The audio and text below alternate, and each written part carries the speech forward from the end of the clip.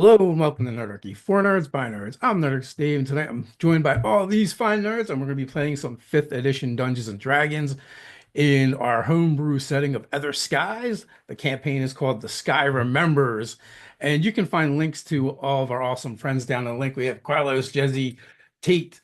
Of course, you know who Nerdarchist Ted is with us. Bobby and Robin, of course. Links are down in the description where they apply. So go follow them and stalk them across the interwebs, but not in a creepy way, in the fun kind way. With that, we're going to jump into our game tonight, which takes place in the setting of Other Skies. And right now, the crew is docked at Haven, and Haven is a flying city. It is just above the cloud cover of this world because everyone has fled the surface world generations ago because things went really bad. No one really knows exactly what happened. All they knew was they had to flee, and to go back to the surface is almost certain death. Expeditions do occasionally go down there to try and get information about the past, salvage valuable resources, but unfortunately, many of those expeditions do not make it back.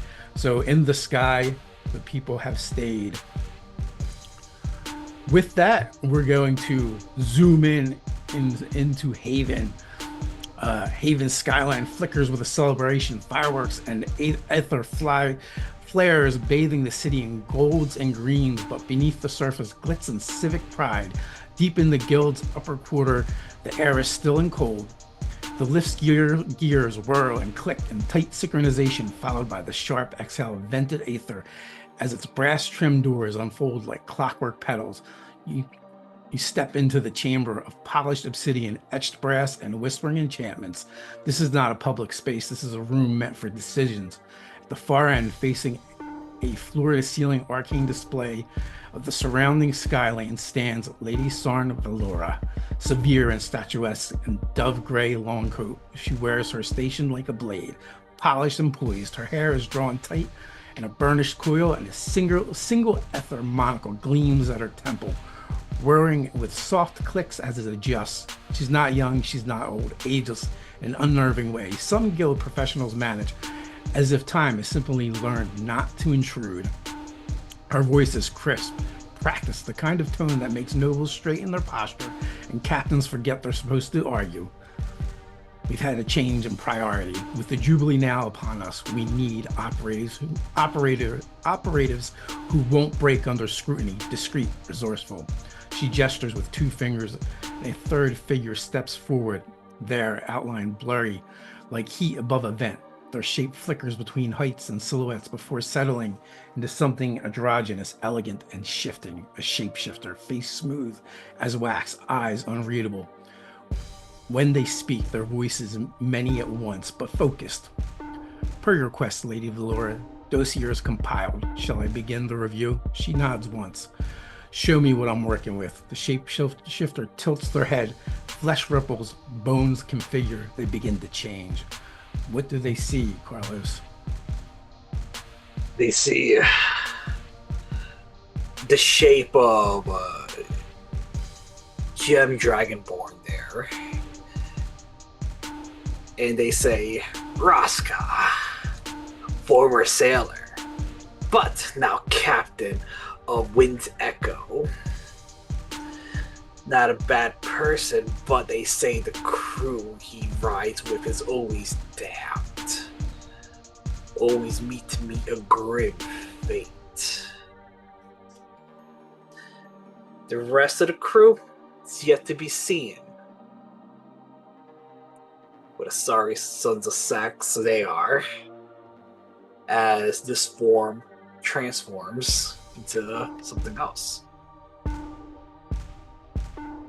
So the form shifts and changes, and at first it settles on the form of a diminutive humanoid creature with brown fur, a rabbit's face, ears poking up, and it seems to be kind of springing on the toes of its rabbit feet. Do not be dismayed. by the diminutive stature of Taro Ivovu. This one is not only clever and intelligent, but he's a very canny with his tools and his magic. And with that, the form shifts again as armor appears on this rabbit creature, and it begins to tower in the room, growing to 8-9 feet tall, and a ball and chain springs from its hand. The stature on this rabbit creature has the ability to grow, and looks in the small room. It's possible that it can grow even more before the form changes yet again.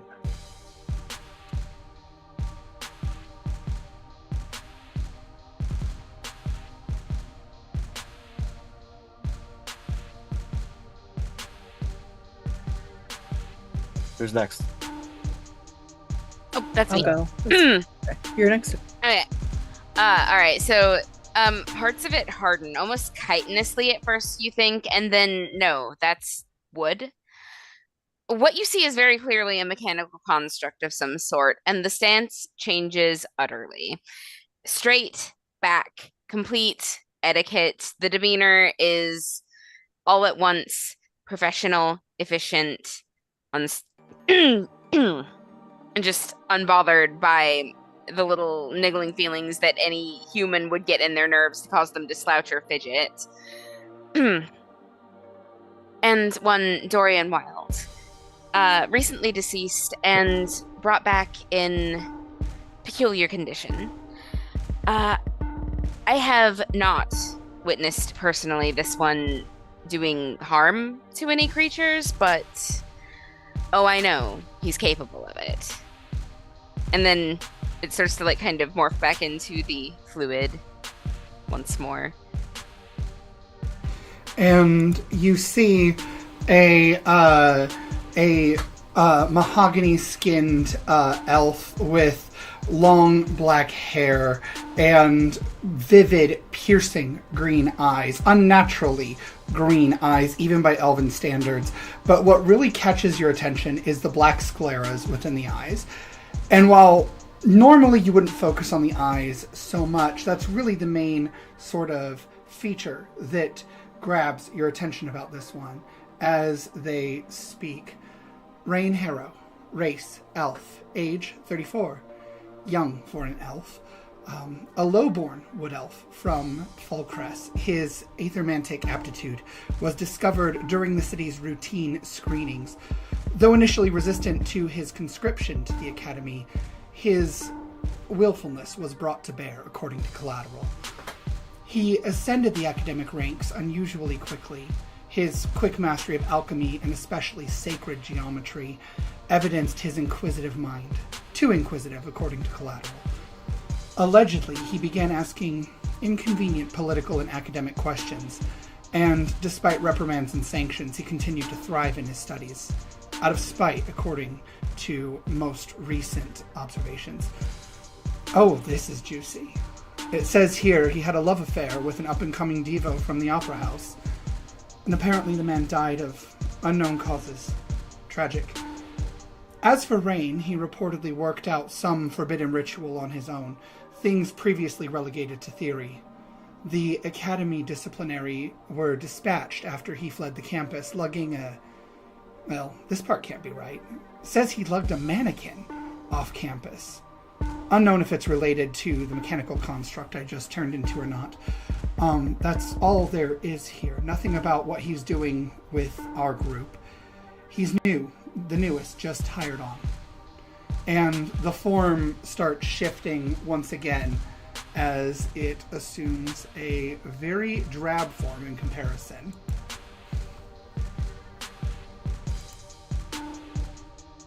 Okay, so this one's interesting. It takes the shape of another elf-like build but a bit more muscular. Long dark hair that's kind of salt and peppery. This one is Dr. Wilfred Henry Hank Ambrose IV, a bounty hunter, monster hunter for hire.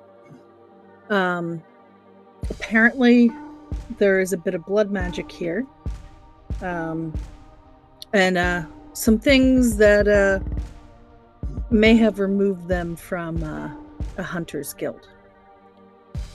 It appears from the rumors that Hank was a victim with his younger brother of a tragic accident that rendered them both orphans, and that they were brought up in a boys' home. There is some indulging in lifestyles, but aside from that, lots of short temper and fierce personality here.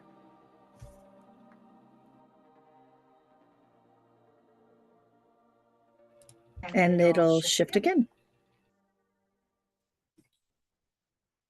The form takes that similar to the last, but more of a wiry man, sharp features, messy dark brown hair, somewhat slicked back, but little loose strands still fall down in his face, clothes and tattered, very fidgety. Dr. Elias Edwards Ambrose, a half-elf druid. His research has left him with a peculiar mutation that, when he transforms, doesn't quite go as you would expect. Very paranoid, never trusting of anyone other than his older brother Hank. Always on the run. Just trying to find the cure to his mishaps. And with that, the form melds once again into the generic shape and faceless features, and then we shift to another location several days away.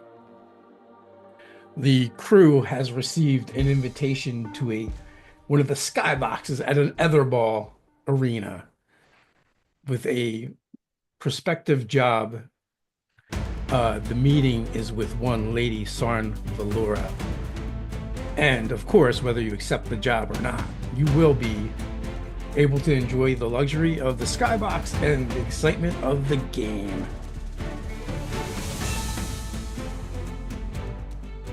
So who's playing in the game? So the heroes of Haven will be facing off against Gearmageddon from Old Renwick. It's going to be a tense match, they're saying. Is there anything you guys want to do before heading to this meeting? Yeah, being who I am, as I walk through the crowds and I see how this match is heating up, I literally start cheering on the Gearmageddon fight song. Right! Just to kind of rally up the crowd, see if the team does any better or not. So we're going to be supporting the away team.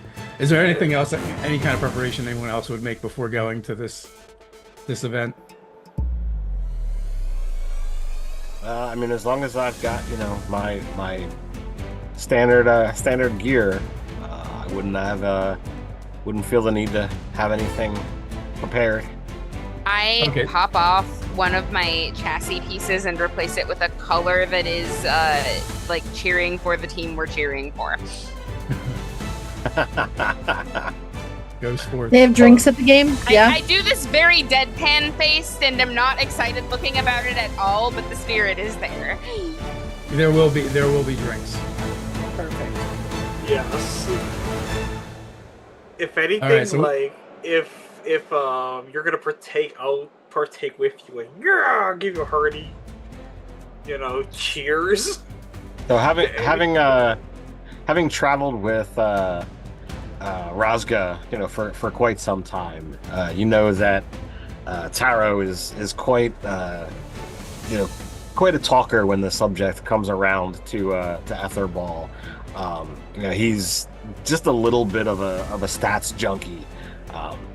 You know that while he spends quite a bit of time tinkering around with the Echo, when it's time for Aether Ball, he's all in, and he'll ramble off about the stats this and the stats that.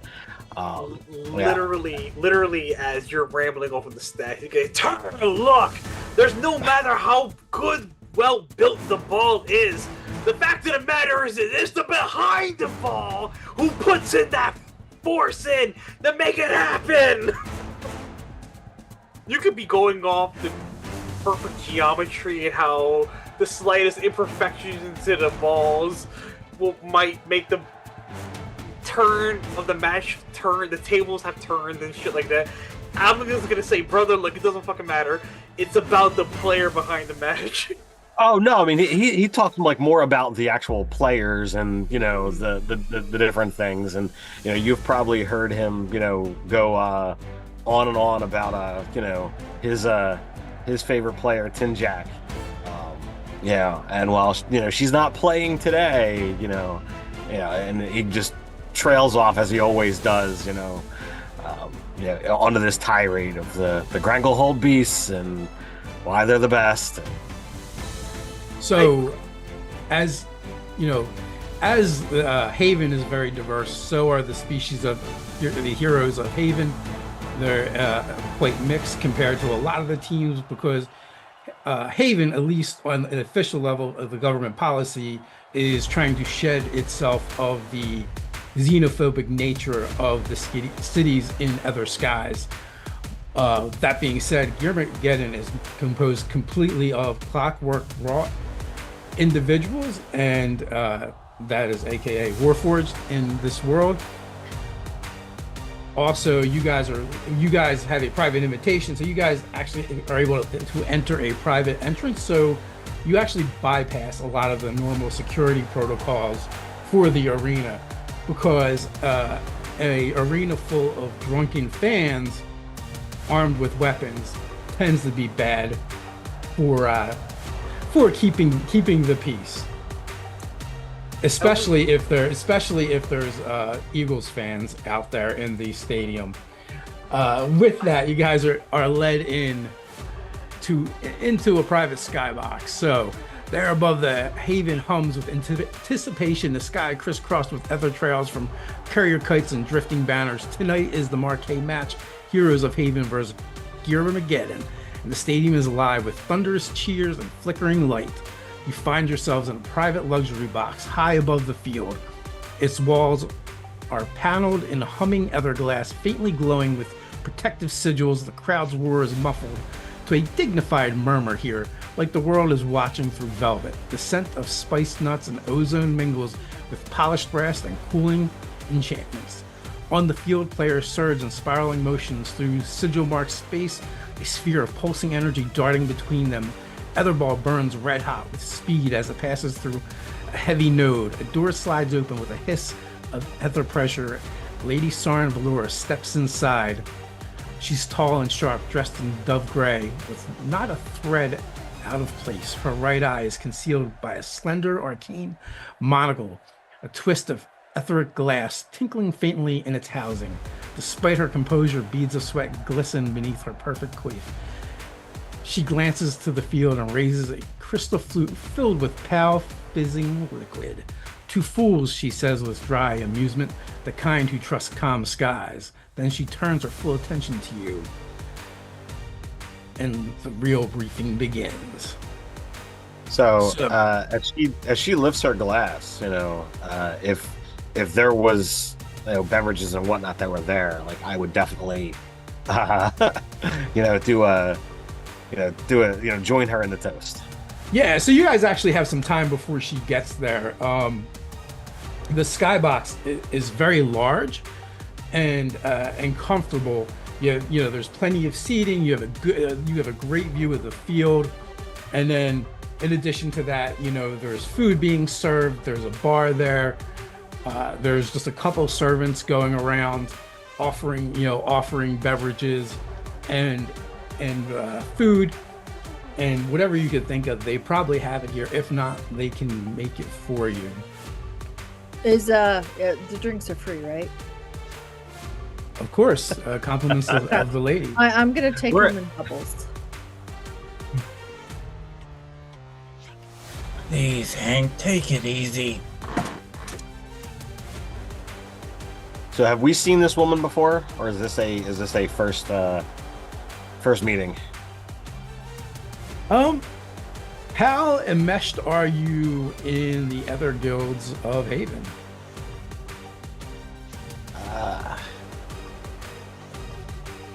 I imagine maybe a little bit.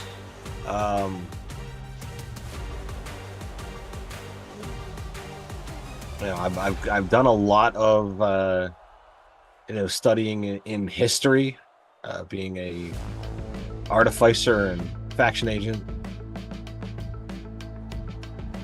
All right, give me a history check if you like.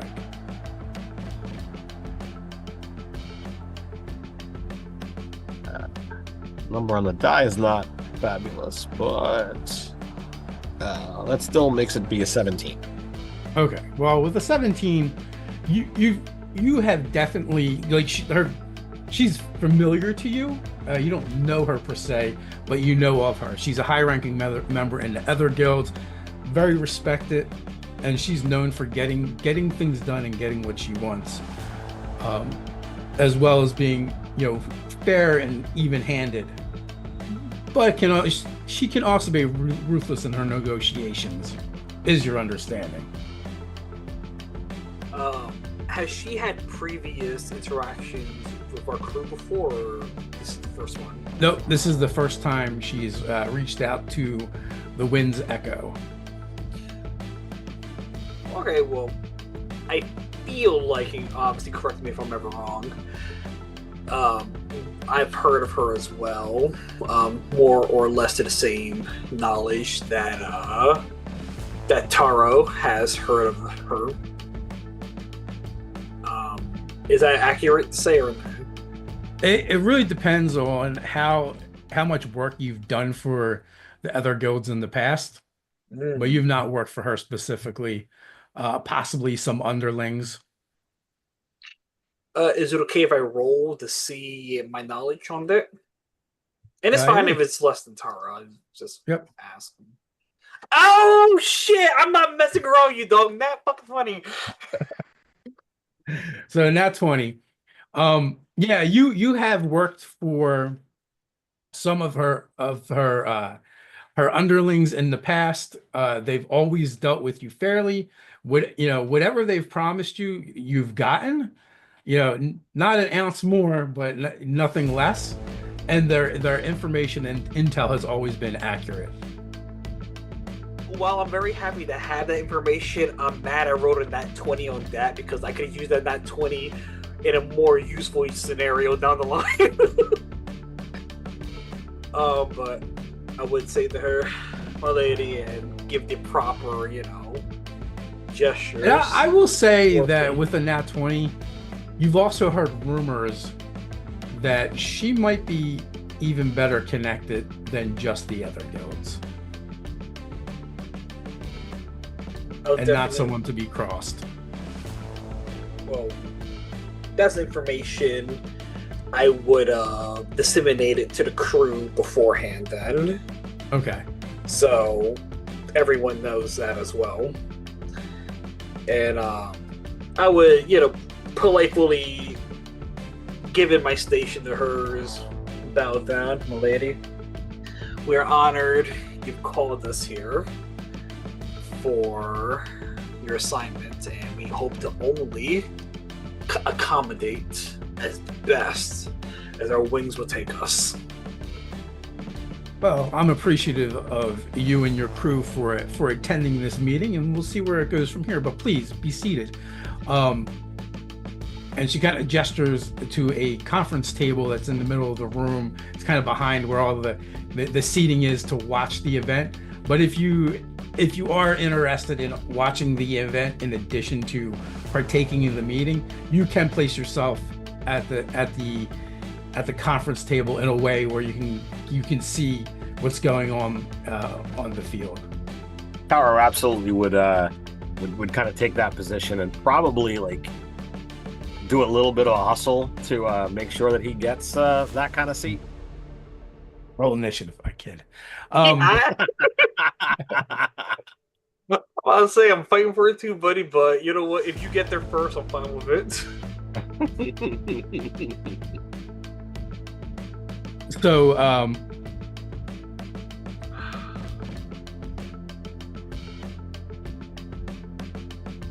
So with that, you guys have a seat, and she begins by reaching a hand out, and a attendant that just kind of appears out of nowhere. It's not literally, but they were very, very nonchalant and discreet, and also the ladies Varn's presence is so commanding, Lady Sarn's presence is so commanding, it kind of draws all the attention in the room to her. Which a folded up piece of parchment is handed over. She takes it and begins laying it out and kind of putting weights on the corners, and instantly everyone knows what this is. This is a blueprint of an Aether ship. It's actually the schematics of it. It seems quite unique to all of you, and I would say in particular to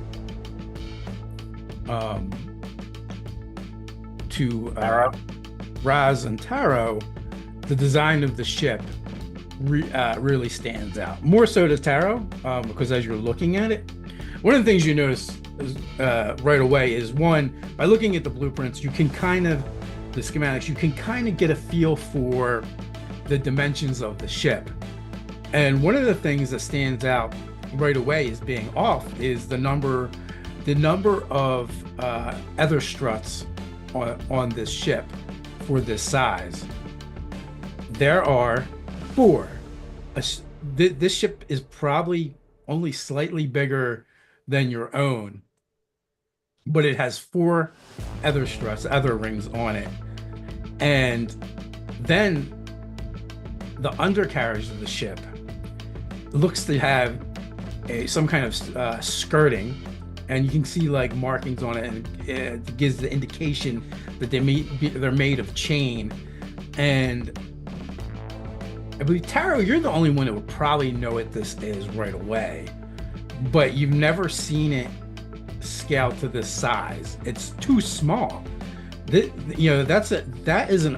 Aether skirt of Aether struts you would find in a city on a ship. Wow. And it doesn't make sense to you for it to have been miniaturized to that size, or for it to even work. Right. What you're looking at is way beyond anything you've seen before.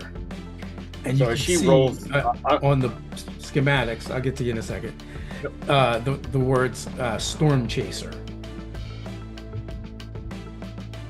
Or Storm's Herald. So as she unfurls this thing, like, this is probably the first moment that like my full attention in this room is drawn away from the game in the field, and I meticulously go through all of this and note all of these differences from other ships that have come and gone, and I'm probably babbling Aether ship techno babble that most people might not be able to follow or understand, talking about the normal stuff here and there, but like when I get to the skirt and the extra struts. I'm like, is this even possible? Is this a ship in design? Does it already exist, or is this what you're hoping to make? Well, we can circle back to that if you decide to accept my offer. For now, this is your target. This is what we need. It's an experimental prototype, precious to the Aether Gods. We lost it from a ship lock here in Haven. We believe sabotage, theft, or worse. Honestly, we don't know exactly what happened. It was there, and then it was taken, it was flown off. We did get some scouts out to try and keep up with it, but it was too fast. But we did get some reporting, and we kind of know where it is now, and we need the Aether Core back. That's where you lot come in. The last reports we have, the storm lanes near Granglehold are disturbed by sky whales, led by the beast that devoured the Storm Herald. See, that's the problem. It got away. Somebody got away with it, but unfortunately, or maybe fortunately, I'm not sure at this point, the ship was devoured by one of the biggest storm chasers we've had ever reported, big enough to engulf a whole ship. And So- we need you to investigate discreetly and bring back anything, especially the core. So Taro's ears, fully, pop up. Correct me if I'm wrong in the stating, but are you suggesting that we need to go find this whale and get inside, or wait for it to complete its digestion? I don't think waiting for it to complete its digestion will be such a great idea. One, we're very concerned that swallowing the Storm Herald at some point is going to have an adverse effect upon the whale, causing it to die and plummet from the sky. We do not want it to end up on the surface world. That's also why, at all costs, we need you to bring back the whale. Dead or alive, but preferably alive, because we do not want to fear harming whatever's left of the Storm Herald. Losing the ship itself will be bad enough, but if we can't recover the core, that'll be a tragedy. There were only 2 ever created, and this is one of them. The other one is out of our reach, so we need to get this back. And to add to all this, of course, discretion is going to be paramount. Jubilee Week is a powder keg as it is, and all the cities are watching. They want us to fail. They hate the idea that here at Haven, that opening our ports to all peoples and trying to live in harmony with each other is a threat to the way they think, to the way they live. Now, obviously, I'm not looking for charity. This is not a favor I'm asking for you. But if you're able to succeed and do this, I can offer you a major favor with the guilds. Also, some minor Aether tech advancements for the ship. Wind's Echo can dock here and repair at any time. And of course, we will quietly and kindly pay you handsomely for this. Handsomely, you say? Well, all I know for certain is that while the crew and I do enjoy your bargains of a nice top to stern with the Wind's Echo, I know one thing for certain. The crew here they do expect payment, and I am very happy to see that we can make their dreams come true with that. So with that, she snaps a finger, and the attendant hands her another scroll that she rolls out in front of Razga, and basically everything that she just said is outlined in this contract. But in addition to that, where she mentioned payment, there's a number, and it's got a lot of zeros. 50,000 gold. Ma'am, thank you for putting this documentation in front of me, but I'm gonna let my best man handle that as I pass it over to the artificer. Probably the smartest one here out of the bunch. I'm like, yeah. Let me know that's a good deal. So, like, I read through it a couple of times, making sure that everything, in fact, that, you know, she did mention is there. And I'm probably getting dirty looks from the captain and maybe others as I point out, is this amount here correct? Did you add too many zeros?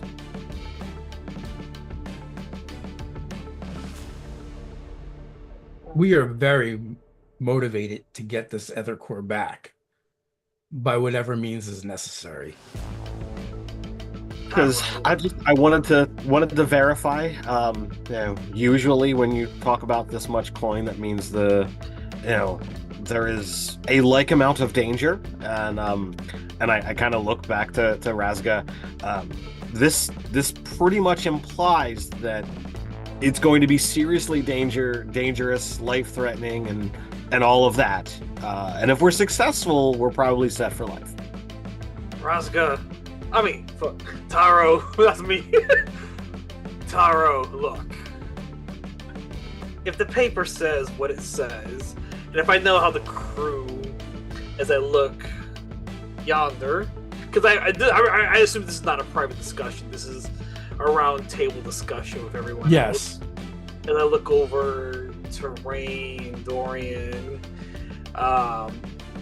Elas, and Elias and Hank. Wilfred, Henry, yes. I'm just reading off the Johns, my bad. I'm looking over, and I look over to the crew and I say, correct me if I'm wrong, we knew what we're getting into when we accept paper like this, yes?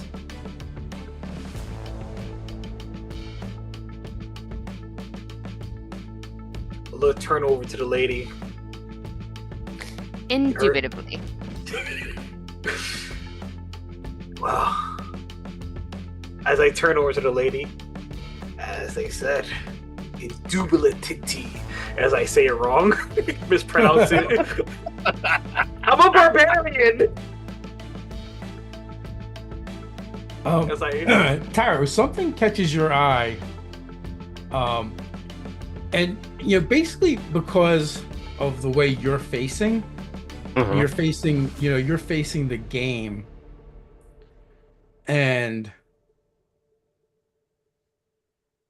you see something just above the peripheral of the window, kind of cast a little bit of shadow down on the glass itself, and you catch the briefest moment of a reflection in the glass.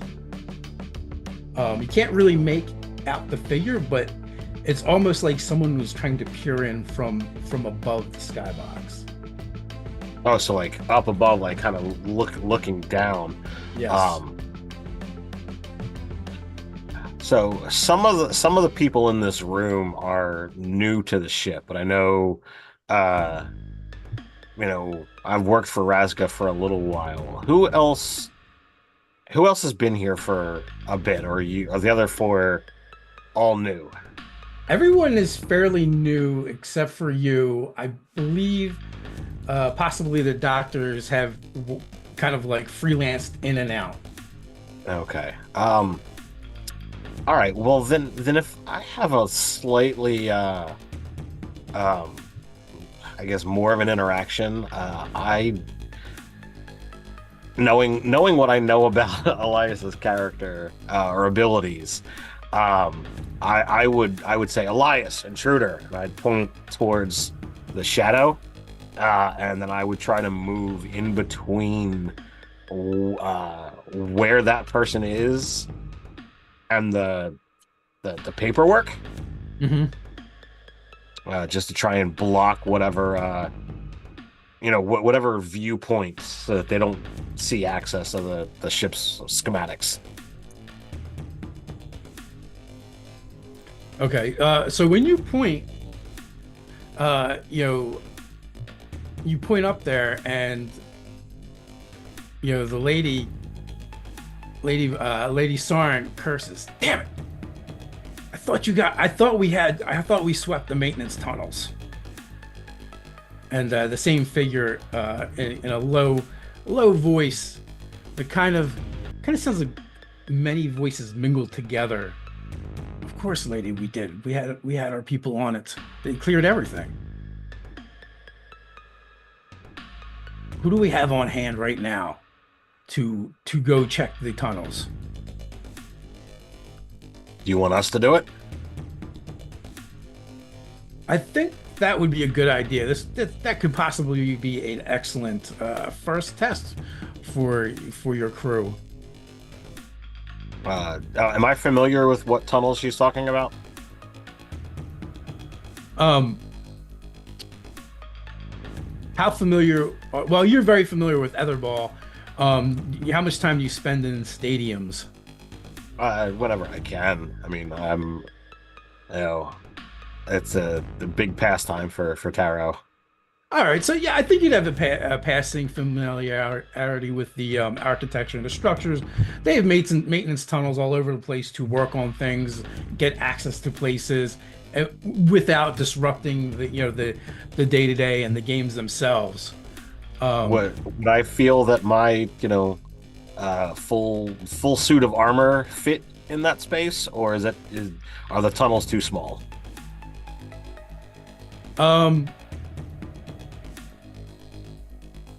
Well, they vary in size depending which tunnels you're accessing. Without your armor, you can fit just fine.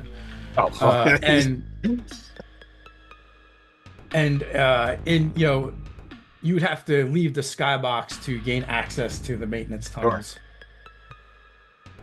All right, so Captain, do we give chase? Do we search? It looks like we're gonna be going from the poop deck to the poop deck, so let's be swapping. I'm gonna grab 2 more drinks, tank them down, look at my little compact compass, and then pull out a crossbow with like a glass piece on it and light a little candle on it. Okay, so and that detects paranormal stuff, right? Mm-hmm. Or monsters, however you want to wing it. Okay. It does not register. Okay. So as you step out of the skybox, the echo of the crowd noises fade as you step into the underbelly of the stadium. Corridor of maintenance glass and arcane piping. Pale violet lights flicker behind rune-etched panels, and somewhere in the walls, water or something thicker churns through unseen tubes. Voices drift to you from around the bend, not loud, but intensely focused, like the last part of a prayer meant only for ears not your own. As you kind of come around a corner, 3 figures huddle in the shadows near a service gate. Robes of ashen gray shimmer faintly in the ether-charged air, patterned with swirling script that never quite holds still. One bears an odd necklace, a glowing hand, palm stretched out, fingers pointing up with a closed eye in the center of it. 2 of the fingers have been snapped off. Their words slide like oil over your thoughts, half-heard phrases. She waits between breaths. Only the stillborn sky is silent. They ride the whale's corpse and think it blind. One of them pauses. Slowly, deliberately, they turn toward you, but their gaze is too steady, too calm. A shimmer over their eyes reflects no torchlight, but something purple, something distant. The others fall silent, and now they're waiting. So they're completely covered in robes, with their cowls drawn, and they are, roughly human size. And three of them stand and turn to face your group. Looking at you, they just seem to be staring in your direction. I just say, doctors, remember the oath you took. Do no harm. I think it's time we do some harm. Could I have, while we were doing this, just cast mage armor? Yes. Cool. Thanks. Most certainly can. Who's doing? All right. So you just said do harm. I'm just saying out loud, like, hey, yo, guys, Yeah. we may wouldn't be to the chippy choppins of your profession. Well, So, yeah. Carlos, you said do harm. You're the captain. So I'm going to aim my crossbow at him and tell him to give it back. Yeah. all right. In that case, why don't you guys roll initiative? Sounds fair. Right? Yeah. That will be an 18 for me. 14. A 9. 18. You can go first, Tate, if you want. 17. I'm last at a 1. Okay. By the way, Bobby, thumbs up with the music, my guy. Slapping Thank hard you. as hell, man.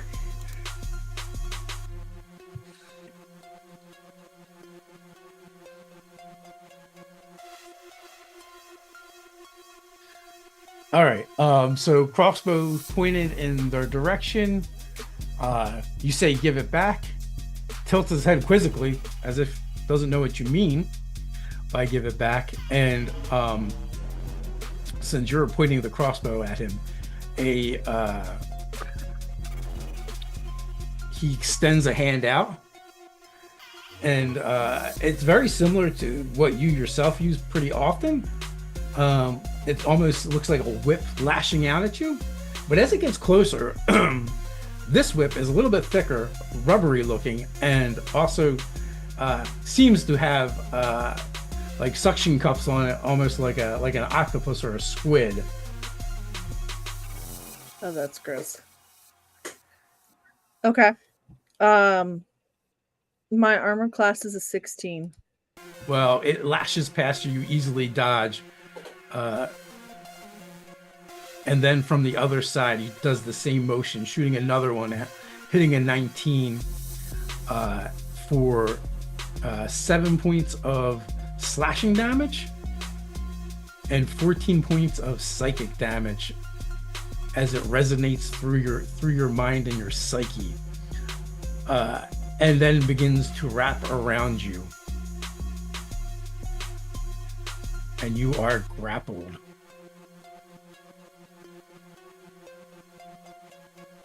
Crew, we gotta bring our A game here. We're gonna survive. I need the Doctor? numbers again. I'm slow with math. Oh, I'm sorry. So 7 and 14 total, 21. Got it. This is the point I want to remind everybody. We start with a point of inspiration. That's Yes, you guys always have a point of inspiration at the beginning of the session. Thank you, Carlos. I was making sure we know that for those rerolls, baby. Dr. Elias, you just witnessed your brother getting wrapped up in this tentacle from what you thought was a person, but maybe a little bit less so. And also, as they move, the robes shimmer and move aside a little bit. And you see underneath, some bestial aspects that you quite can't make out.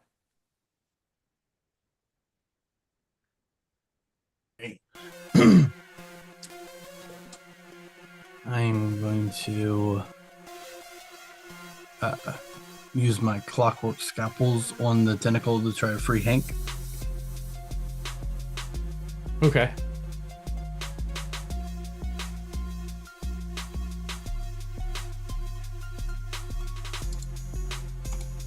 So lashing out, trying to slash the tentacle off. 16 is going to hit.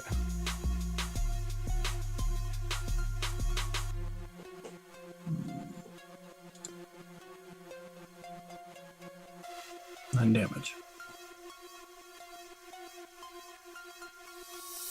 Yeah, so a vicious slash and black ichor begins to seep from the wound. Anything else? So I just slashed it open. I didn't free him. Yeah, it did not for your brother, no.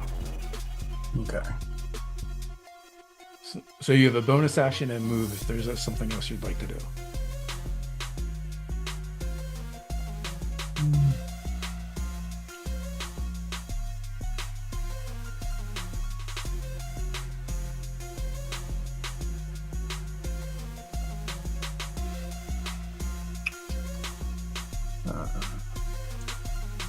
Use my bonus action and strike again, or Only if you have a second weapon in your offhand. That as long as they're both light, you can. okay. Well, I have both hands have a scalpel. Okay, go for it. 25 definitely hits. On the second attack, you won't get your modifier to the damage though. Okay.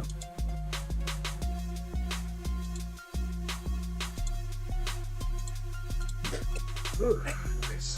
There we go. So 2. All right, 2 more. Another, this time a much smaller gash, but it's still the black ichor oozes out with that. Razga, what would you like to do? What I would like to do, and correct me if I'm incorrect here, one of my crewmates is tied up, right? Yes. Well, first of all, that makes me angry, so I may rage. Okay.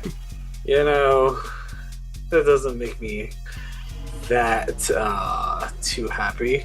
And after I rage, I am going to attack with my great axe. Go swippity splappity, dude. Okay, who are you attacking? Are you attacking the one with the tentacles or the other two that haven't acted yet? The one that's grappling my crewmate. So I guess Okay. tentacle one, is that accurate to say? Yes. Then yeah, with the 22. 22 hits. Alright, I'm gonna roll some damage here. So 6 total. And correct me if I'm incorrect with the cleave ability. It says I can make a second attack with the same creature within 5 feet of me. That doesn't take into account of my second attack of No, it wouldn't. okay. So it does that, and I think it has to be a separate creature, or on a hit, second creature takes damage. So if there's nothing near, correct me if I'm wrong, there's nothing next to this tentacle thing that I'm hacking at, right? Well, it's got two other rogue figures next to it. I'll take one slash, man, at Okay. one of these rogue appendages, just for the sake of hitting things. Okay. Grand total 20 to hit. Yep, that's what definitely hits. All right, and I believe it's just this is just add your ability modifier, but don't add ability modifier damage. Okay. So it's just going to be a straight D12 for me, Okay. Roll it up. which is just going to be 6 again. Oh, nice grouping. Nice grouping. Absolutely, brother. And then I'm going to take another slash. Second attack, man. To Okay. my crewmate's appendages. I haven't forgotten about you, Doctor. Yeah. And I slash it.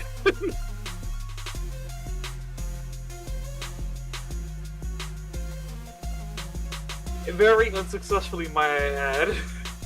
Yeah. It's just you got a little overzealous, too much spin. Rain Harrow, what would you like to do?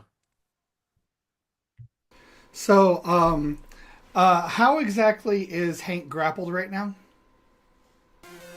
With a tentacle that is attached to the hand of the robed figure in the center. Okay, what is attached to on Hank? What is it attached to on Hank? Yes. Oh, so it's like wrapping around Hank. Like Okay. the body. All right.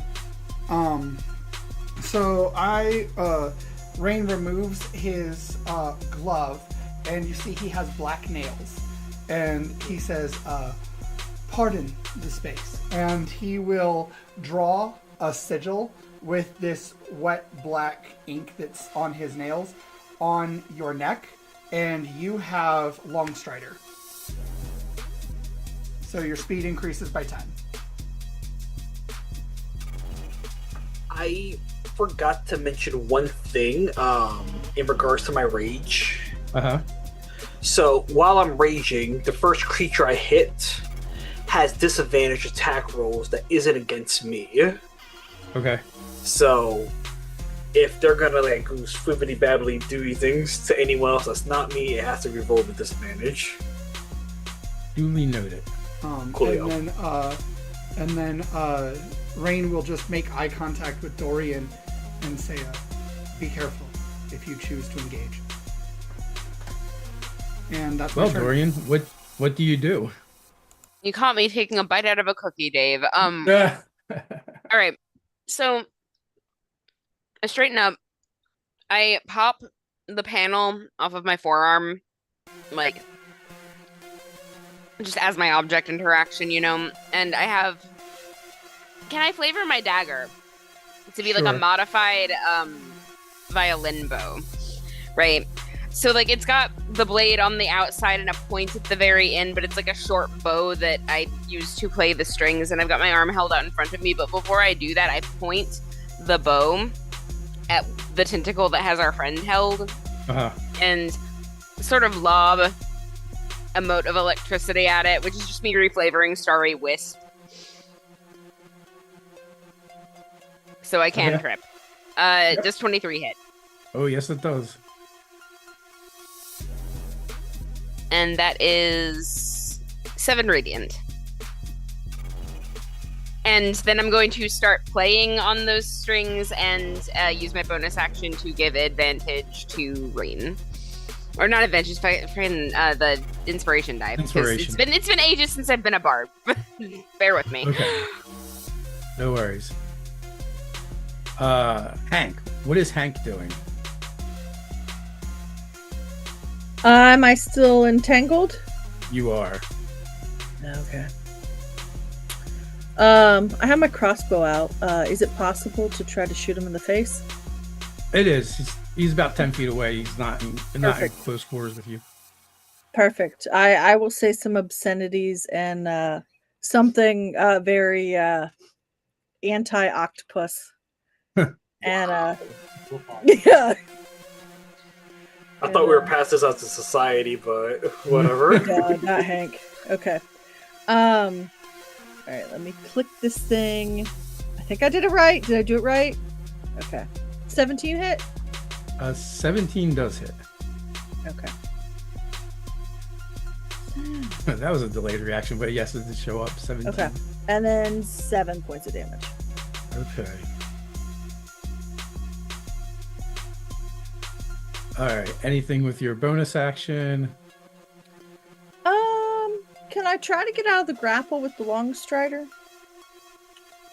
Unfortunately, Long Strider increases your my- movement by 10, but Yeah, you're it's grappled, so true. your movement is 0. Okay, so I'm stuck. That's fine. I'll just keep cursing. Sorry, I wasn't sure if that would give you 10 feet of movement or not. It's okay. I'm Okay. faster. Well, since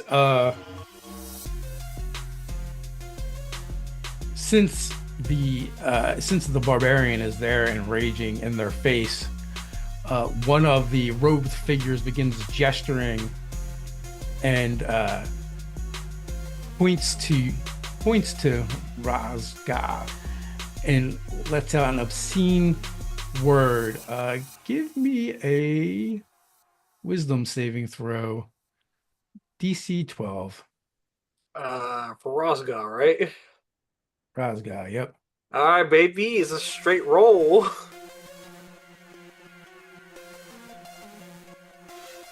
I don't think that's it, man. I don't think that's it. Do you want to use your inspiration? Whenever the dungeon master is saying, "Hey, yo, barbarian, do you wanna roll me a wisdom save?" I think it's safe to say I should use that Inspironi. What did you roll anyway? This many. Oh, nice.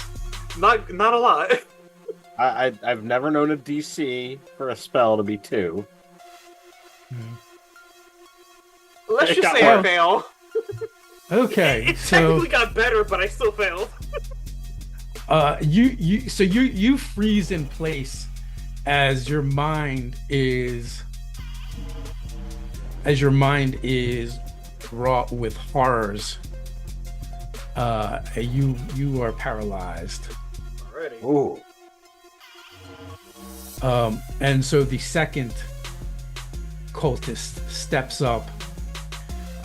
But before they do, they also utter the spidery words of magic, and a spectral tentacle appears before you and lashes out as their bonus action, hitting AC 21. That was even without advantage. So you're going to take Hits, baby. double damage because you're paralyzed. You take 6 points of slashing damage, Ah, well. and then it pulls a blade from a scabbard beneath its robes and slashes at you. I don't. So, am I still raging at this point, or? I don't believe so, because you are paralyzed, which makes you incapacitated. Is that what it does? Let's see. Crossing my fingers for big noperinos, but you call it how you see it, boss.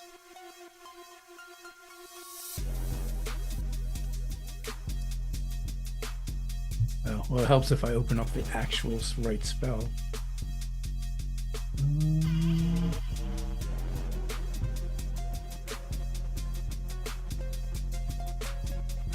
It's the difference Incapacitated. between. I am? Okay, so it's just gonna be. So I take a grand total of 12 damage, right? Let's see. You said 6. You said. No, that was a total of 6. Okay. And then also trying to stab you. Or wait, I already stabbed. What did I say? Confused me, Carlos. 16. 16 does not hit you, but they actually have advantage. So Let's hope they roll worse. you can try again. That's a 23. I guess they rolled better. Yeah. So you're going to take another. Do you have any resistances? I resist force as a gem dragonborn. Okay. So you're going to take 24 points of damage. With the last breath that I have right before I go paralyzed, they hit hard Ugh. as I kind of shrivel up. Yeah.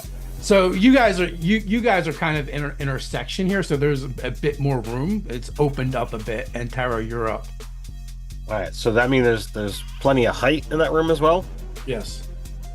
All right, so do I need to make an Arcana check to know which what spell was put on the captain?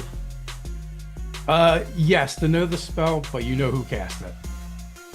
All right, so that's a 17. Yeah, easily a whole person.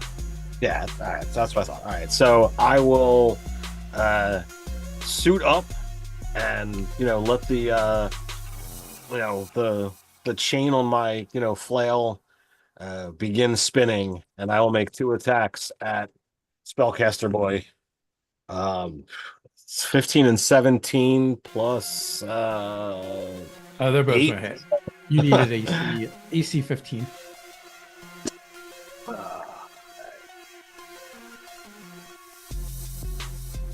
I wish I took the bait. That is 20 points of damage.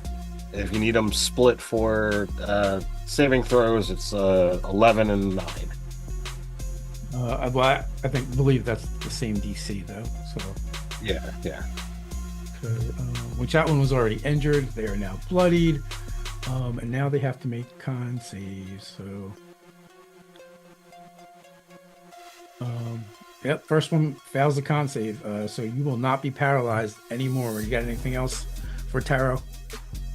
So I'm gonna just position myself so that I'm within 10 feet of all 3 of them. Okay. If there's a way to do that and be able to give any of my allies cover at the same time, and if they're doing range stuff, I will do that as well. Okay, perfect. All right, so the one that appears to be the leader, although none of them have said much since the confrontation has begun, looks to, first thing it does, it looks to Taro. And even though you just see darkness under the hood, for the briefest instance, you see like purplish violet eyes stare into your very soul. Give me a wisdom saving throw. Wisdom save. DC 15. DC 15. That's 15 on the dot. All right. So you're going to take half of 27 psychic damage as your mind is racked with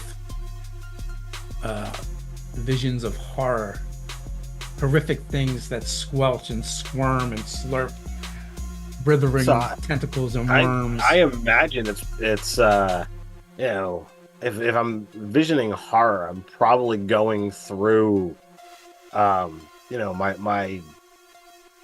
bestial transformation when I was a teenager. Feeling my body, bend and twist and reshape from, my human to beastkin form. So there's a little part of it that is kind of enticing to you as well. With that, the free tentacle lashes out at the good Dr. Hank, hitting AC 18. And that'll hit. That's going to be another 21 points of damage. Man, they just keep targeting him. Holy shoot. And now both of the tentacles are wrapped around you, and you have the restrained condition. If I was still raging, that would have been a disadvantage, just saying. But we do's what we do's, right, crew? So I have some reactions. Can I? Yeah. If you have reactions, use them by all means. Okay.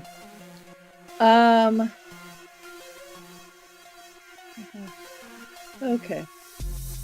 I've never played one of these before, but we're gonna do Blood Curse of the Eyeless. Creature within 30 feet.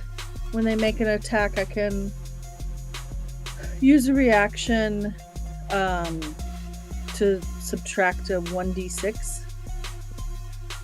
Okay, roll it up. Let's see.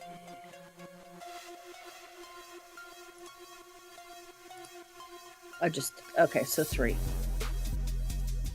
So that brings it down to a 15. I believe you're. Thing real quick though.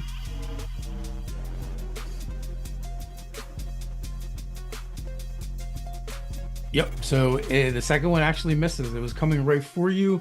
You use your ability, even though you cannot actually make eye contact or see it. It seems to shirk away at the last moment, throwing its aim off. And now it's your turn. Perfect. Okay. And so if you wish to Um, try and escape the grapple, it is an action, and it's a escape DC 14. What is that? Strength, dexterity? That would be dexterity, or it could be dexterity or strength, whatever you want to What do use. dexterity? Athletics, acrobatics, whichever you prefer. Okay. I got a 9. Do I still have a inspiration to reroll? You do. You haven't used it. Perfect. That'll do it. Much better. Yeah. 19. You just gotta roll good. And now you could use that extra movement if you wanted to. I'm gonna. Am I in opportunity attack range? If you move away, you would be, yes. Okay. Just make sure I'm not missing anything. I think that finalizes me. Okay, I'm good. Okay. Razga. Yes. You are no longer paralyzed. I am happy to hear that, but correct me if I'm incorrect. Before Dr. Elias was before me. Yep, and Dr. Elias Smith. Okay, my bad. So in that case, is anyone in danger at this exact moment? All of us. define Obviously. danger. So I have two kind of targets.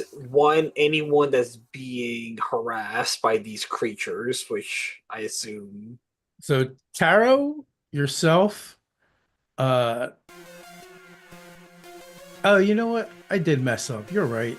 I actually switched the order between the brothers. That is why I questioned it, but brother, you do your thing. You are correct.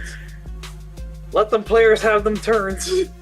I am sorry. I just knew I was one of the last ones. Yeah. So I'm sorry. Tate. Yeah, I think you had Jezi take my turn, and then it was you were going to Carlos. Yeah.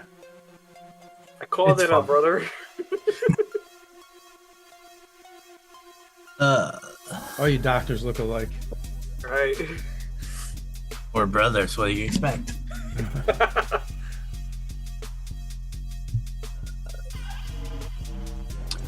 Since my slashing doesn't seem to be doing a whole lot, I am going to throw poison spray towards them. Okay, so they have to make a con save, I believe.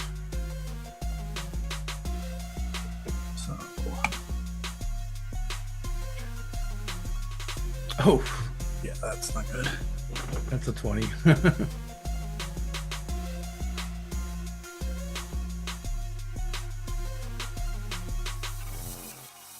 So it just seems to breathe deeply of your poison spray and not care very much. Anything else?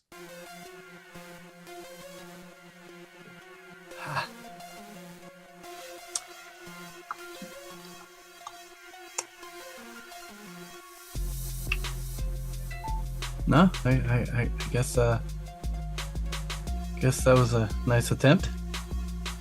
A for effort. Moving on. Razga. We're ready, baby. I guess in regards of the main, And also, Carlos, take inspiration for catching my screw up. brother, thank you. I will indeed take that if it means messing up your monsters. But I appreciate it. But more importantly, are the mages maging out, not of our party? Are they, I don't know, close to each other, or is that a Yeah, negative? all three of them are right next to each other. Fantastic distance between me and them. You're right next to them. I'm gonna turn, rage out, and say, "You think you're gonna do this to us?" Because I like my extra rages, right? And you gotta use them when you got them, right, baby? And I am going to use one of my breath weapons as an attack for them. The DC is going to be a 14 dex save. Okay. So in my games, I allow Dragon Warriors to use their breath weapon as a bonus action. Well, the reason why I'm not going to do that is because you raged. Because I All right, raged. that's fine. But I appreciate it though. Highly. So what saving throw do I need as it? DC 14 save for dex for all of them. All right. Tentacle guy. And It's a assuming 9. Okay. Really hurt. Non-tentacle guy. Gets a 3. And other non-tentacle guy gets a 12. Alright, I'm very happy to say they will all receive 18 points of force damage. All right. I don't know if they're concentrating on anything or not. They are not, but the one who actually cast the spell on you, he had exactly 18 hit points left. What happens to him? So, when I yell out, bro. Oh yeah, no, I'm wrong. The one guy was concentrating, so he has to make a con. Okay, cool. Which he fails. These dice suck. I'm gonna just change them out. I'm happy to hear your dice for not having a good day, baby. The spectral tentacle fades from view. So, as I yell out, "Rah!" This yell out, literally almost like a Metalocalypse Death concert, his face kind of like rips apart from itself as he deatomizes from my like, "Rah!" Just he can't literally take the force of my yells and raging out of dragon breath. And for my other attack, I am going to take an attack with my great axe on one of them. Just swings. Would a 19 hit the one closest to me? Yes. Already. That I am. Matter of fact, pick your poison. You want to attack the guy with the tentacles or the other guy? Tentacles. Okay. When And in I'll- doubt, tentacles. Absolutely, and then I'll deal 10 points of damage to him. Okay. Because I hit with the great axe, the John's gonna do something. Oh, by the way, the damage is gonna add a +2. I forgot when I'm raging, I add a +2 to the extra damage that I do. That's how rage works. Yep. So, So do you get the cleave too? I'm cleaving, baby. And I don't know if an 11's gonna hit. 11's not going to hit. Alright, well, I make it a very valiant attempt to, like, chop off cleanly his hood as he dodges that thing. It looks impressive. I'm trying to make my nails look good. Rain Harrow. So I've been fairly useless up to this point. So Rain will look at everyone and how is everyone situated? Like, how close are they to us right now? So, I take it that you and Dorian are hanging back, while everyone else is up close and personal. Okay. Let's see. I need to be within. Let me look. Hold on. I'm sorry. I'm trying to figure this out. So, how close is, like, are they situated in a way that, like, if there was a cone of a thing, that it would not, I could not hit Roz? It's fine. If you were to move to flank them, you could angle it in such a way, but to do so, you'd have to move in and out of the guy with the tentacles reach. Oh no, you actually won't. He's got reach, so you actually will not move out of his reach. So I'm gonna say right now, if you need to do anything that hits me, it's perfectly fine. I'm raging, so most damage I take is halved. Okay. Cool. Well, But yeah, you could reposition yourself in a way. I would like to reposition myself in a way. All right. And then, you see, these like sacred geometry ink patterns, almost like tattoos, just appear. If you're familiar with near replicant, that kind of effect, just like pouring like waterfalls over his body. And he says, that was very effective. And he opens his mouth, and as he does, his teeth grow into fangs, and these like feathery scales sort of grow on the sides of his face. And he opens his mouth wide, and red lightning shoots out as I cast Dragon's Breath. Okay.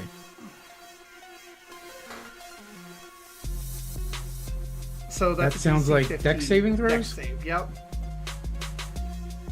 All right.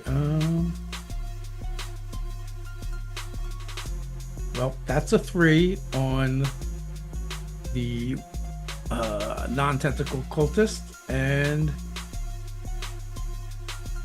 that's a 13 on tentacle boy. So I hit both of them. So now I do 3d6. I'm rolling my Zoo Mafia dice. Okay, 4, 4, 3. That is 11. So 11 lightning damage. All right. And actually, Alright. I'm going to use my ability. I'm going to use my my class feature for my Necromancy Geometrist.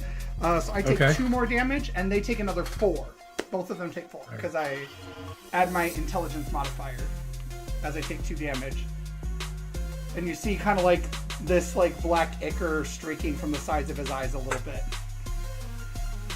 All right. So the one that doesn't have the tentacles is extremely hurt, and the other one is bloody. Cool.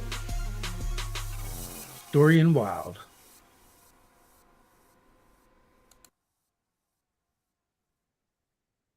Yes, I suspected I had left myself muted. I'm glad that I looked before I started talking. Okay.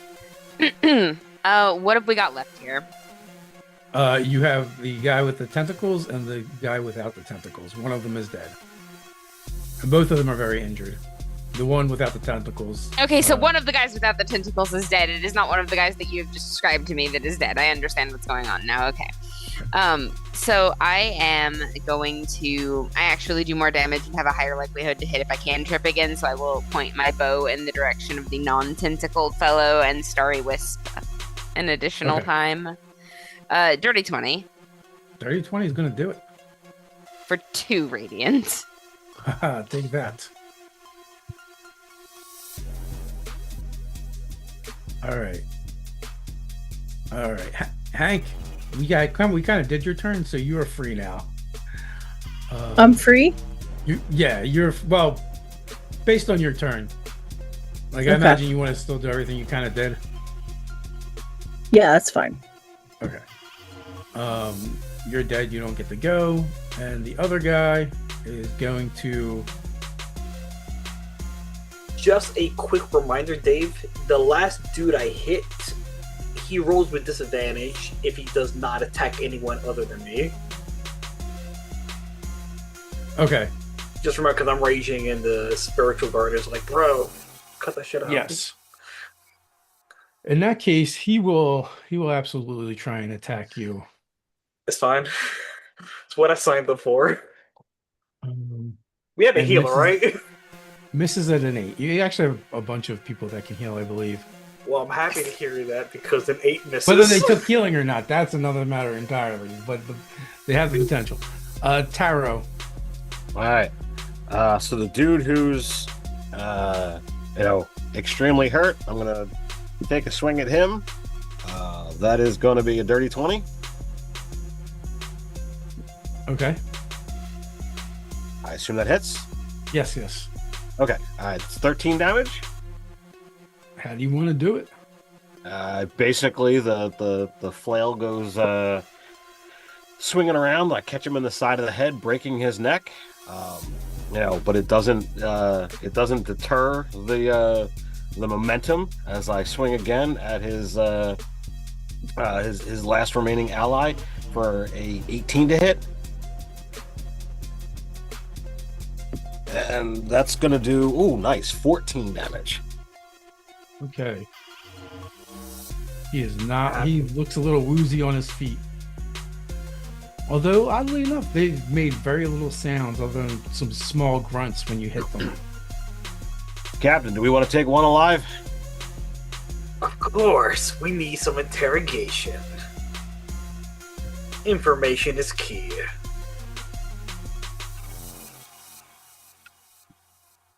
And as you guys kind of have that exchange, the one with the tentacle looks at the one that you just called Captain, and Oh, shit. Give me a wisdom saving throw, DC 15. God damn it! Alright, I'm making this. I should have never spoken. You know what? I am a barbarian. It's not the smartest thing to yell at. Yes! I should have known better than now, but. I think I'm paralyzed again. No, this is You have a something new different. inspiration point. Oh, that's right. I do have a new inspiration point. Thank you for reminding me, Tate. Using that baby to re-roll. I love that you guys are just the dynamic duo of catching things for each other. That 20, baby! Screw All you, right. Dave! So you only take 13 points of psychic damage as this creature looks into your face, invading your mind. But then lashes out with a tentacle as well. It's fine, man. It's fine. With a 12 to hit, not going to do it. Tate, you're up. I got the right doctor this time. Alright.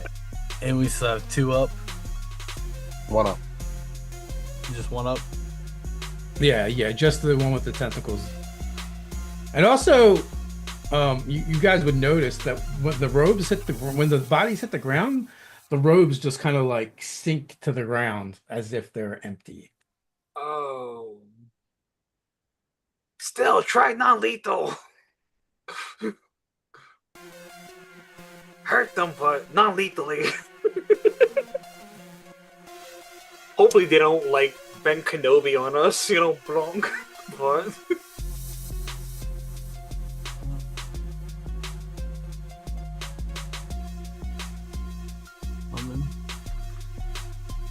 If going for none. Oh, that's Oh no, do what you can, man. Just declare non-lethal and, like, it's all fine. DM takes care of making sure they don't die. That's what I said. Alright. Oh, you stab them to death? Sure. You stab them just enough so they don't die. Alright, well then I use my scalpel again. Ah, fuck. Happens, baby. One of his Started off tentacles gets in strong. the way, failing your aim. Can I use my inspiration to help him? have one, yeah, right? you can give him your inspiration if you want. So I have I'm one. kind of nearby them because I resituated myself, right? So I just give the Yes. guy a little nudge to try to get him in the general direction of the scalpel. No. Trying again then. Hey, Oh. nice.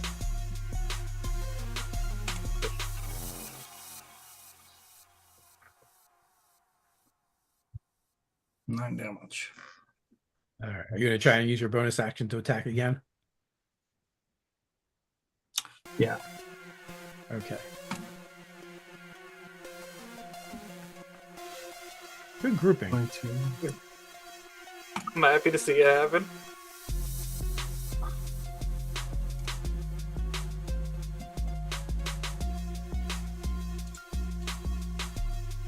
Seven. All right, what is 7 minus your mod? Oh, that's right. So that'd be 4. All right. All right. Rousga, you're up. Alrighty. Also bloodied. I'm bloodied or... Yeah, you're also been bloodied. We're bloodied. I ain't hear no bell. So... This individual, how are they looking? Terrible. He's pretty beat up. Alright, well then. I think it's... He was bloodied before, 2 or 3 hits ago. Yeah. I'm gonna breath weapon him real quick, kind of yell him into submission, you know? All right. Well, Is that another deck save? It will be a deck save, 14. That's going to be a dirty 20. Oof. Okay, alright, let me just roll half of what you need of. Alright, so you take 4 points of damage, force. Yeah. Okay. I yell, not as loud as I think I can. All right, you got Is your he two still up? attacks still? Yep. Well, one of them attacks are, the force weapon. But Well, you have your I'll bonus ta- action, so you can. True, I can offhand strike it. Fair. No, I'm saying you can use your bonus action for your breath weapon. Oh, okay. I'll keep that in mind going forward. But I'm just going to attack right now. Are you going to try and do it non-lethally? Indeed, I would love to have someone to talk to afterwards. 22 to hit a Rooney with a grand total of 16 damage. Hopefully, I can conk him on the hilt of my axe if that's acceptable. You can certainly try that. Well, does it happen? I applied 16 points of damage additional. Yeah. Well, he doesn't go down, so. Well, I'm gonna hit you again then. Yeah! Okay. El Kabong! Go to sleep. I'm assuming a 19 hits. It does. Alrighty, so let me roll some damage up again. Additional 12, because 10 plus my 2 rage. Blah, I hit him with the hilt gun. El Kabong! Okay. All right. He's barely hanging in there. Rain Harrow. Okay, Holy so resilient. I was ready to do Dragon's Breath, but this guy looks really, really hurt.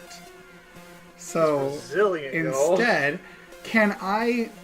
I'm not doing a spell, I'm doing a cantrip. Can I non-lethally do a cantrip? Which cantrip? Shocking Grasp. Why are you tasing me, bro? Sure. Alright, cool. I want to do that. Okay. But only if you yell "Stop resisting" as you do it.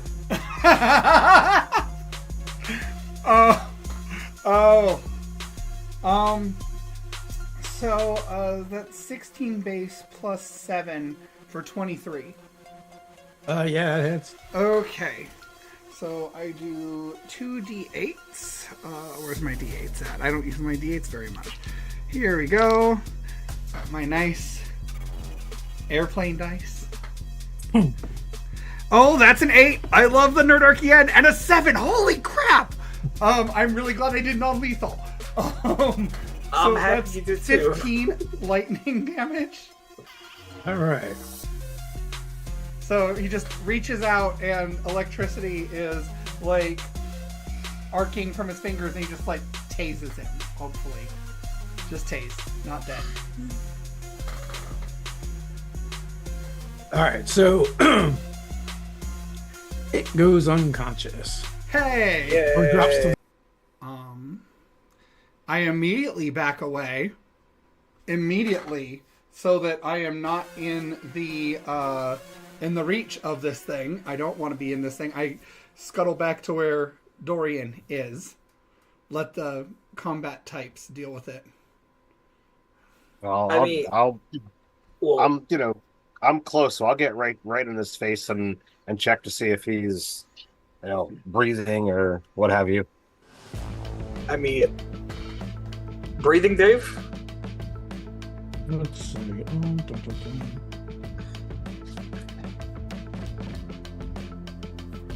Well, if they are breathing, assuming that's the case, I'm literally going to be huffing and puffing and say,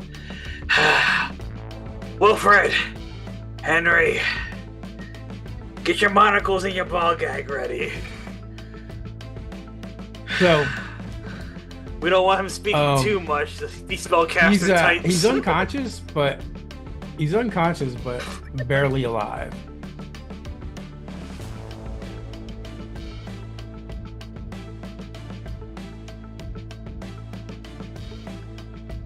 I'll take some rope and begin binding his arms and legs. And when we're sure that he's properly bound and not going to get out, I can cast Cure Wounds. Yes. This one could Absolutely. cast spells, right? Yeah, I mean, this one's got psychic stuff. Yeah.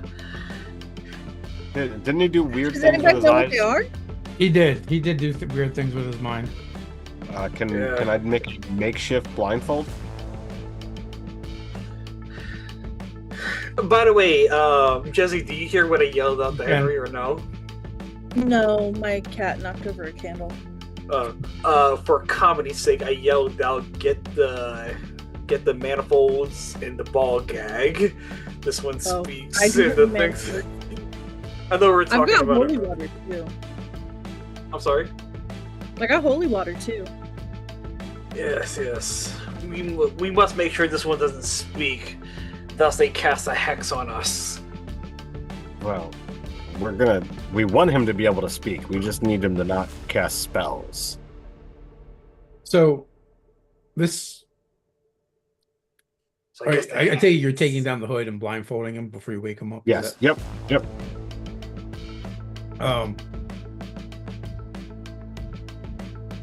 So you do that, and you're gonna cast the heal on him after all those things are done. Dorian. Yes. Okay. By the way, I'm looking at 22 out of 65, so if you want to pass some of those heals my way, I'm more than happy to accept it. Oh yeah, I can also do. I'm pretty sure I have enough spell slots to do Cure Wounds on you too. I've only been cantripping so far. Yeah. I guess like And before we do that, I want to see I how can much use healing longer words for- on Ra. Yeah, I guess before we do any of your spell slots 18. usage. Okay, I'll take that, but I'm more than happy to always use a short rest if we have the time as well. But I'll take that 18. Fairly rough.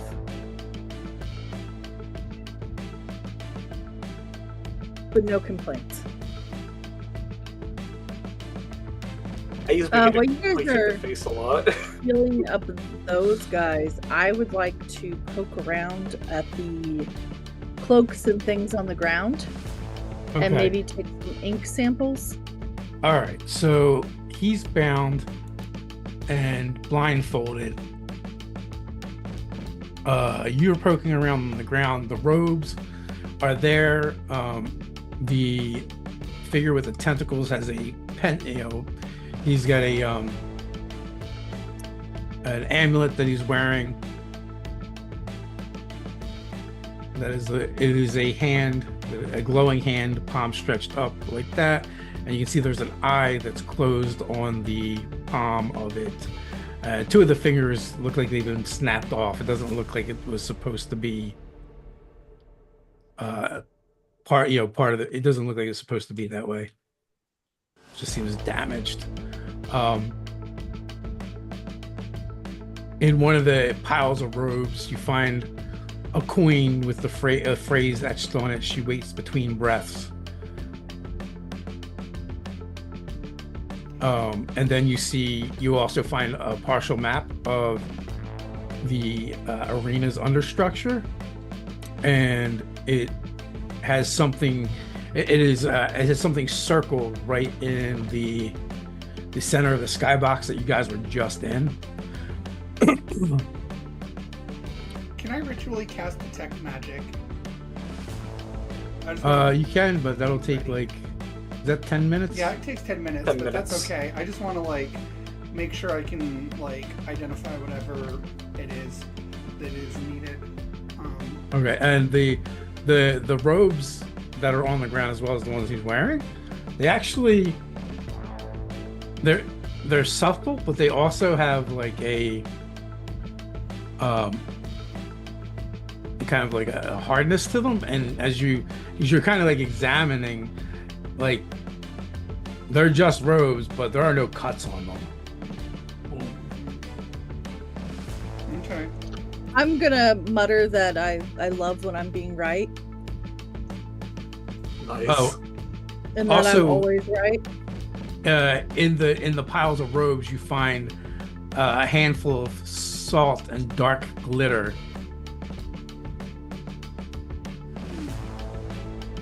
And it smells. No symbols, no yeah, icons or anything on them. Other than the amulet I described several times. Several times. Okay, well, I blanked out or something. I don't know. Can I that's check weird. the amulet? Am I at all familiar with the symbol on the amulet?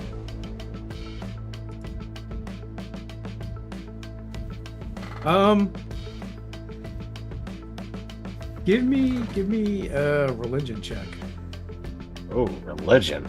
That's where is the damn character sheet? You said I can roll for it? Sorry, my earbud popped out. Yeah, you can. Great. So- while I have my last tiddlywinks of rage going on, while I'm raging, I'm allowed to use strength for my intimidation, things like that, right? Maybe? I think so. That's what this John says. Yeah. All right, so that's a 12 on my religion check. I got a 19. So I'm allowed to use athletics for my intimidation, things like that. Obviously, I'm not going to physically harm this person we captured. Okay. But so I think you're using your bonus action to keep your rage going. yeah, Okay. So 12 and the 19 with a 12. You know what? You've seen this symbol before. And you know it's newer. It's been kind of like popping up places with the 12, but you can't quite place it. At a 19, you've heard rumors of a prophet amongst the beastkin, and they've been like scrawling the symbol places, and you've heard the words Grisha Dark Eyes muttered. It's possible even maybe some of your crew may have been checking this out, because it's a new beastkin prophet, and you have a lot of beastkin in your crew. With that information,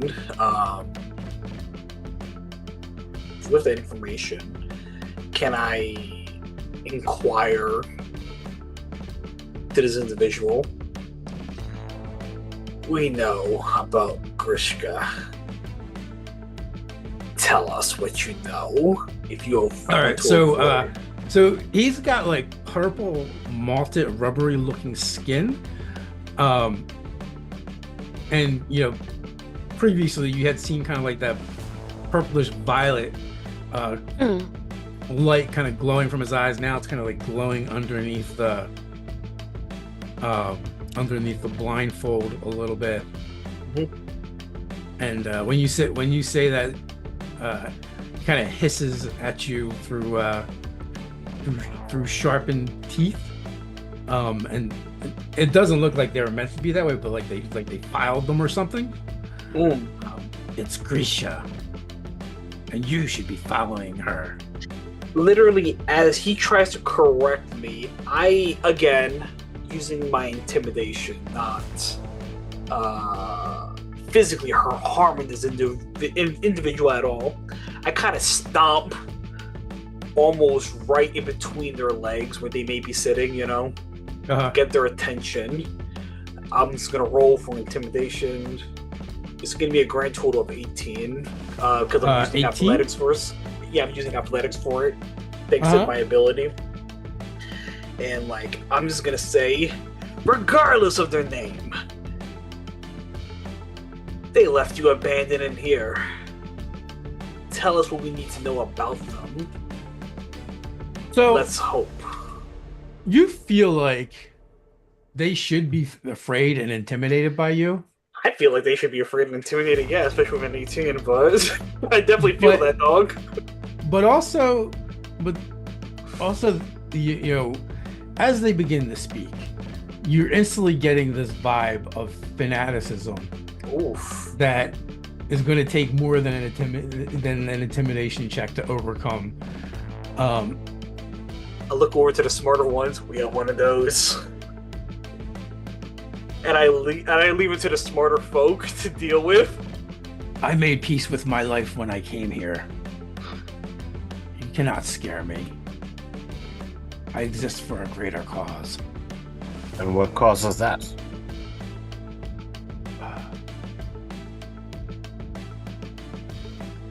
Hell, Grisha. And as he says that, the tentacles slither out of his hands and reach up behind his back and wrap around his head, and he snaps his own neck. And then he falls into a pile of salt and glitter. Well, we couldn't see that coming.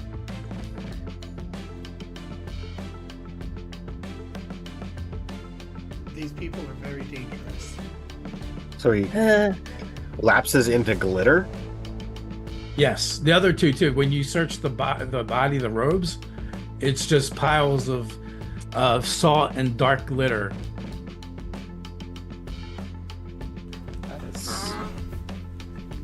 I'm gonna go ahead and put some in a vial while it's still Okay. fresh.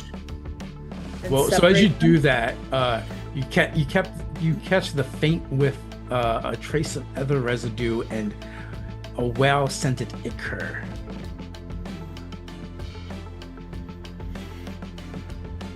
Yeah, these guys are gross.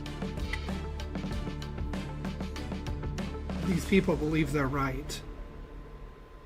So all this kind of happens while you're ritually casting Identify in the middle of your casting. Okay, do you that's want to fine. still continue? That's fine. So I when wasn't they- sure how long it was going to last. The question, Bobby, does the next snap and break your concentration? I doubt it. I'm not very squeamish. When they were casting spells, where they weren't manipulating any devices, they were tapping directly into Aether. It appeared so, yes.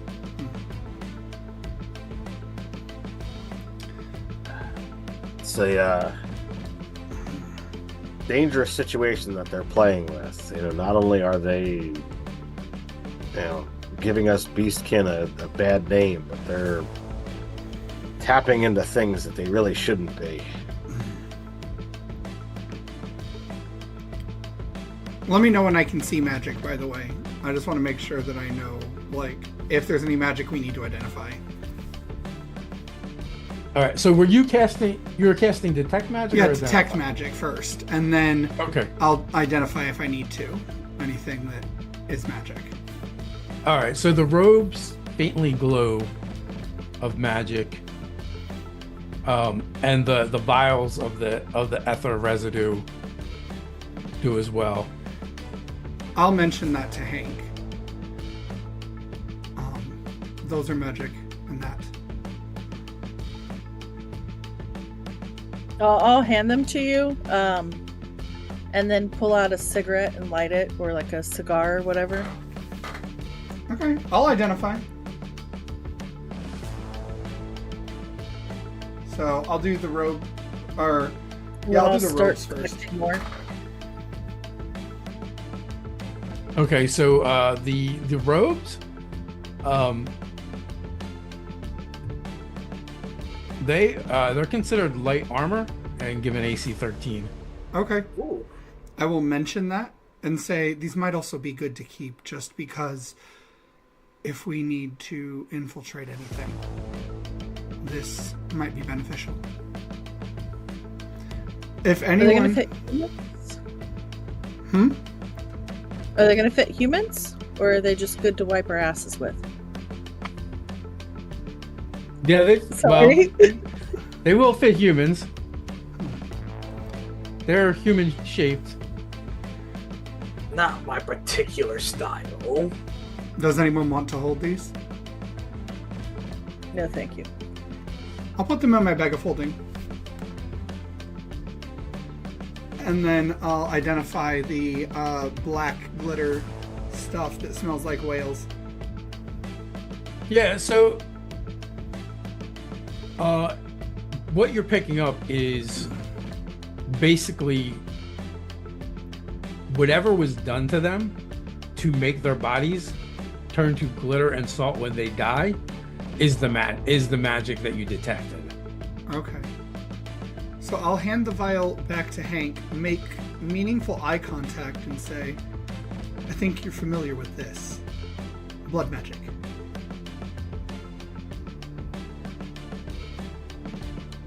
Do you want me to hold on to him? I can if you don't. It doesn't matter to me. I'm fine with it, but I don't know, the tentacles and the, like, what are they doing? Bleeding whales? I'm not sure. We might also ask our resident chemist if he's interested. And I Taro. Well, I mean, wouldn't really call myself a chemist. I care more for the tinkering around the engine, but I can certainly take a look. I know quite a bit about things that are magical. Or our other chemist. And also eyes Elias. Yes, I can look at those, Hank. I'll just throw them at you. I catch him as I roll my eyes at Hank. And then I'll just go over to Dorian. Are you alright? I'm not sure I'm capable of not being all right. I wasn't harmed. Good. Are you? Only mildly. I did it to myself, really. Let me see. And you can just see, like, where the eye has started to split a little bit, and there's, like, that ink that's dripped down outside of his body. And, like, a mechanical hand sort of comes up to cut your chin for a moment to turn your head to look at that. And Dorian, if you will allow, will lead you off to the side because he's going to fuss a little. Mm-hmm. Yeah.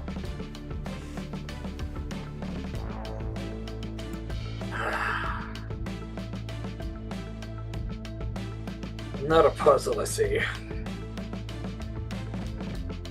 So what are you guys doing now? I think it's time to, go report back to, Yeah. the lady and let her know what we found, and that we stopped the intruder from being able to deliver any of the spied on information. Yeah. Okay, so as you head back towards the skybox and you begin you're approaching, you're still a little ways away, but you hear a sudden pop. Not the sound of a celebration, but the wet, rupturing snap of something birthing through a membrane. It's swallowed quickly by the arena's enchantments, but you feel it more than you hear it. It's wrong, like a pulse behind it. And as you approach the door and it opens, the massive Aether chandelier that was a rotating lattice of bright sigil glass and humming Aether struts has been fractured, and is there no more. Instead, what you see is kind of the aftermath. There's a cloud of golden shimmer that's spiraling down towards the floor and those underneath it. It's nearly there, and based on the sound and the time it took you to get here, it took a little bit of time for it to fall, but it's just above the floor, spiraling downward in slow syrupy motion, like glitter bleeding from a dream. It's beautiful, and it should not be happening. The particles seem to cling to anything in there, to warmth, to breath, to magic. Are the crowd aware And- of this? What's that? Are the crowd aware of this? Oh, the people in this room, but there aren't many people in here. It's just the servants and Lady Sarn and her assistant. And also, the assistant and Lady Sarn seem to be calm, but the workers are in there freaking out because you see tiny eel-like shapes gliding through the moat with unnatural grace, and they begin trying to latch on to individuals in the room. They look kind of confused, as if they're searching something that isn't there. And with the hiss, the assistant begins to weave their hands in arcane patterns. And there's a audible pop as a burst of anti-magic springs forth, covering dozens of these lying large leeches, and they begin to shrivel in on themselves, almost like a slug when you cover it in salt. And then they begin to fade. But as they do, in your mind you hear a whisper, "We remember you, warm and pulsing. You will float again." So Arcana for the mages. Does my detect magic help here at all, or is it not up anymore? If it's it would probably still be going. Abjuration, I believe. Okay. For the things that were magical seeping in. No, for whatever the assistant just did, the spell the assistant just cast. Okay. That's a 24. Yeah, dispel magic. I got 25. Knowledge Arcana, if you want to figure out what the things were. Yeah, I got a 25. Okay, so literally, kind of like piecing together what happened. It looks like the chandelier exploded, except for there's no shards or fragments left from the chandelier. Just more of this gooey glitter stuff that is, coating almost everything. There's a little bit of a clearing around where the dispel magic was cast, and where the ether parasites were, baby ether parasites, little spawnlings, if you would. So Where are the plans? Where's the what? The plans still on the table? Yes. Okay. So I still have long striders, so I'm gonna rush in and grab the plans. Okay. Are you going to move through the stuff that is on the floor? Is it coated all over? Everywhere is except for where that dispel magic was cast. So kind of like a 15-foot radius around Lady Sarn and her assistant.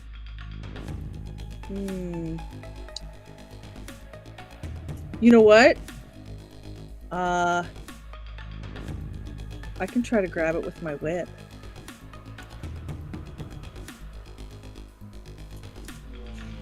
What do I need for that? Give me. Well, there is the danger if you try and use your whip of it's paper. Oh. But also, it seems whatever. Or do we have some better option? Whatever threat there was appears to be gone. Okay. Yeah, so let's not, damage things that don't belong to us. Yeah. And also, your detect magic sees that the glitter is still there, or the glitter and the goo that's still there kind of radiates a combination of necrotic and divination. Okay. So my question is, it's on the ground, right? Yeah. Well, so if I was to fly, let's say, and hover right above it. Yeah. You could probably just jump over it too. Or you could probably just use something to move it.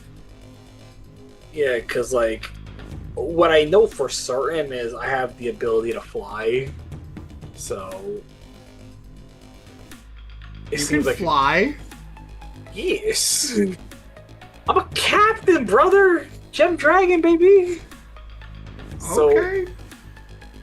bonus action, like, I manifest spectral wings. Alright, let me just hover over here real fast and, pick out the John, assuming it doesn't just blow up in my face. No, it's fine. Things are starting to settle down. Lady Soren kind of begins taking control of the situation and starts yelling at the attendants in the room to calm down and to clean this mess up. And no, don't touch it with your hands for the love of all that's forsaken. Don't be a fool. Use some mops or something. Me being an intelligent person, I'm like, I look at the note. Ah, yes, I know what this is, and I hand it to the smarter part of the crew and say, I know what this is, but make sure everyone knows what this is as well, so everyone else knows. As I hand it off to the smarter bits of our crew and shit. And so she says, she just asked you to recap what happened. And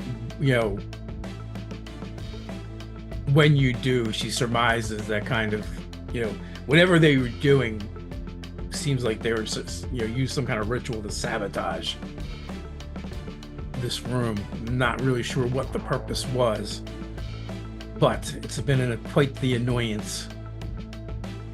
I think it is time for us all to go. I will send the finalized details over to the Wind's Echo if it is agreeable to you lot. It is. So with that, you guys can head back to the Wind's Echo to make preparations.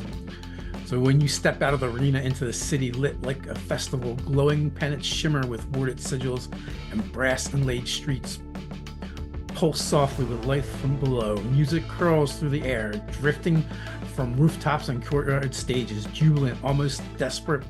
The crowds are thick, faces bright, drinks raised, but none of it feels real. None after what you've heard, after you've saw. Somewhere beneath the celebration, a distant low hum builds. Too deep for music, too steady for engines. Your path winds through guarded checkpoints and silent alcoves, where the scent of ether wine gives way to rust and rain. A street performer wears a skywell mask made of driftwood and mirrors. No one laughs, and then ahead, the Wind's Echo, docked in the shadowed cradle of brass and anchor sigil stone. Its struts flicker with soft teal light rising gently with each pulse of internal ether. Fireworks burst overhead, reds and golds, illuminating Haven's towers and dancing lights. But on the far horizon, beyond the city walls, one firework doesn't fade. A storm cloud is rising. It churns black and violent, crawling with green lightning. It isn't part of the show. And as you guys board the Wind's Echo, Riv happens to be standing there and turns to the crew. Deadpans. The sky loves you. The sky remembers you. The sky is waiting. The blank expression on her face. And then she kind of like snaps to. And that is where we're going to end the game this evening. Thanks everyone for hanging out with us. And thanks for playing. And until next time, stay nerdy. Stay nerdy.